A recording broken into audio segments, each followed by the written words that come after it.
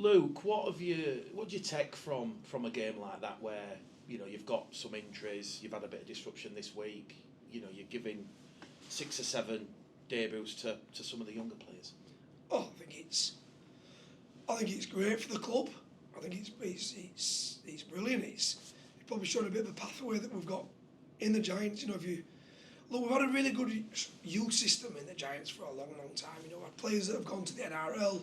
We've got players that have gone into different clubs and had really loads of success playing in national rugby, and it's an opportunity really for some young kids. Look, don't get me wrong, I'd have liked to have had a fair few more of my first team players out there and helping them young lads, but I think I had 7 lads then making the debut that come through the academy, which is a great sight to see.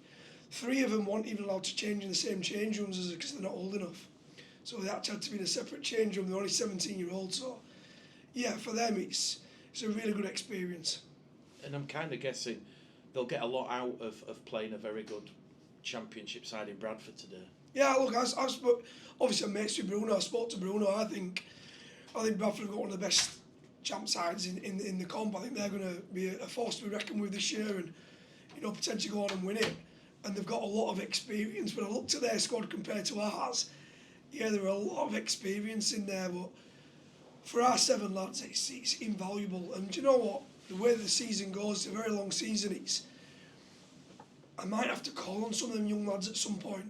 I might have to, if we can't get over this bit of an injury sort of thing we've got going on, or it happens to us later on in the year that some of them boys will be all the better for playing this year. And look, don't get me wrong, I'm a winner. I want to win. I've told the boys that I want to win every game. But you don't also, it's also not.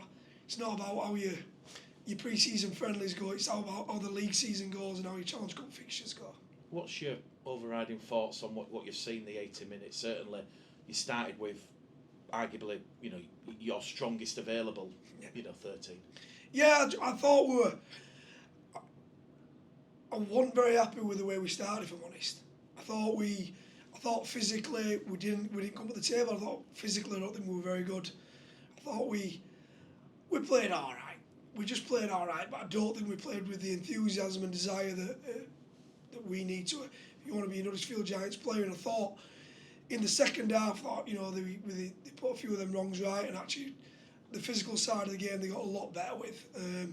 But yeah, I just thought we were a little bit soft down the middle.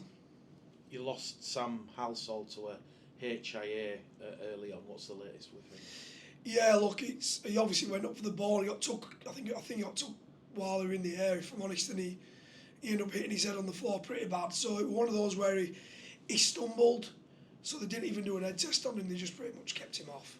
As soon as somebody looks like they're stumbling a little bit or a little bit worse for wear, they just made an instant call on him, which is disappointing because what I see Sam play, he's probably one of those more exciting backs.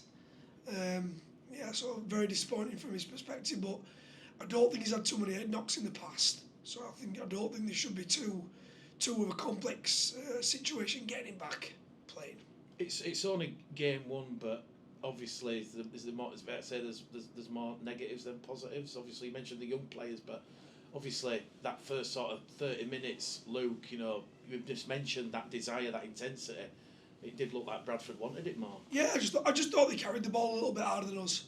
I thought they carried it a little bit harder than us. I thought they defended with a little bit more intent, and that's something that the players know. There's a non-negotiable that's not how I play. That's not how I coach. Sorry, it's and it's something that definitely they won't be doing again. They definitely won't be doing again. But I thought there were a lot of lessons that we can take out of this, and that's what it's about this time of the year. Anybody that gets ahead of themselves. How many games did Wigan win in pre-season last year? Who knows? Nobody keeps account. It's just all about what happens on the when the league come round, when the Challenge Cup fixtures come round. And it's fair to say, second half, especially right at the start, I think you kept Bradford out 6 or 7 repeat sets. So you must be pleased that that defensive resilience was on show there. Yeah, and I think that the most frustrating thing was that it took me, give him a bit of a rollicking. But yeah, they definitely showed some resolve, which I thought were a good thing.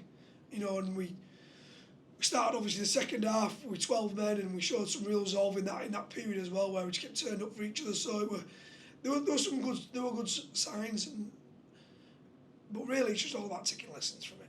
As long as we learn as lessons, that's the main thing. And then really pleasing near the end, 2 young players who were the halves this afternoon. George Flanagan creating a try for Leo Warden at the corner. It wasn't actually Leo Warden. There were no numbers on the shirt, and you heard it up from the top. It was Bo Morrison. Oh, was it Bo Morrison? It was Glenn Morrison's kid. Yeah, I thought the young kids actually in the second half. I thought one of the pleasing things for me were I thought they played really well against a really big physical Bradford side. Like I said before, 3 of them were only 17. So I thought they stood up really well, and Bo took his try exceptionally well in that corner. What does the sort of next week look like? Obviously, it's all leading now towards that Featherstone game, and then potentially, the Challenge Cup third round. Yeah, look, we're still in pre-season. It's not like we're tapering off for these games and going easy on them within the week. This is still part of pre-season, and it's next week still pre-season again. It's going to go up again, and we're going to keep training even harder. And it'll go up again in the Featherstone week, and it'll keep doing that. The games are only part of the pre-season at the moment. Like I said, they're not the end goal. They're just part of it. The injury situation, obviously, Leroy Cudjoe, Adam Clune, Tuiloy here, Zach Wolford, George King, Kieran Rush. It's quite a lengthy one. Are you hoping that's going to be eased imminently, or? You like to think so. There's look, I could have probably played about 4 or 5 of them who are just carrying little niggles and knocks, but I'm not going to push them in pre-season friendlies and lose them for the start of the year. That'd just be foolish. So there are a few of them were 50-50. The other ones that are a little bit more concerning at the moment is Adam Clune and Zach Wolford. They're the ones that the rest of them we're thinking are going to be back for the start of the year, which will be great. Apart from Tarnay Mills, obviously Tarnay's going home for the birth of his first child, but the ones that are a little bit more touch and go are Zach Wolford and Adam Clune, and we're just fingers crossed we can do everything in his power to get them 2 back. But the rest of them should be fit and ready to go for round 1. I had a good chat with George King before. Apart from George King, George King is obviously the lengthiest layoff, who I just at the moment he's obviously in my thoughts, but I'm disregarding him a little bit, just even training, playing, everything else. I was just going to say, Luke, I think he's targeting late March, early April. But one thing that he did, what I kind of picked up from him when we were speaking before the match was obviously, since your appointment, it is a very tight group, and they clearly want the best for you and want the best for Huddersfield Giants. Yeah, look, probably resilience has been the word that we've used. And with that, it's just all the obstacles we've had to overcome. There's been,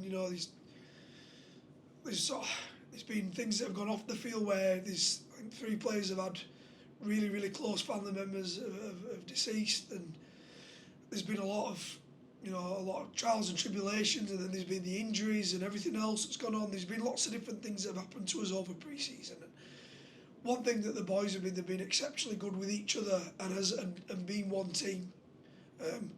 And we're sort of using, the injuries and things like that, we try to use to an advantage really, and hopefully they can keep getting around each other, keep being good blokes, keep having that, that sort of one club, one team mentality, and it'll hopefully stand us in good stead. And we're hoping that these little obstacles and hurdles that we're going through at the moment, hopefully it'll eradicate itself, and we'll be better for it in the long run.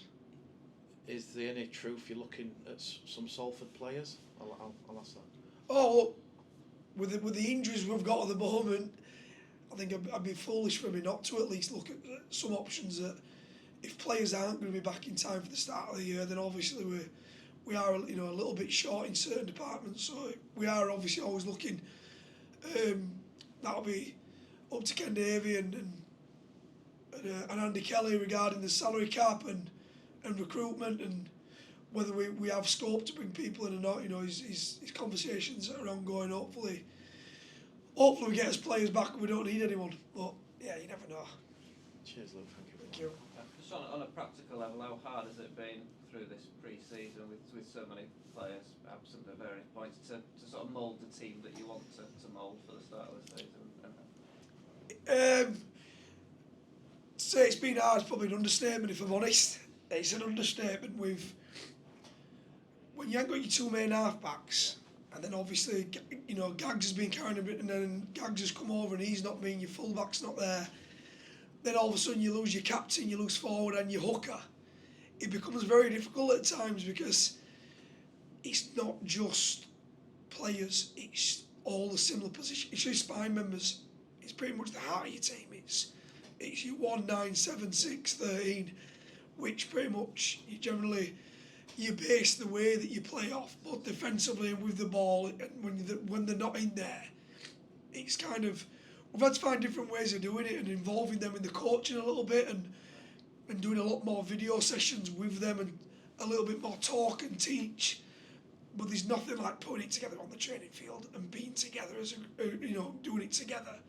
So it's been very, very difficult, but you know, it's just one of those things we've had to overcome and adapt, and we just got to, fingers crossed, we can keep doing that and keep putting the combinations together off the field, even if they're not getting put on it, and hopefully we'll get a few bodies back for the start of the year.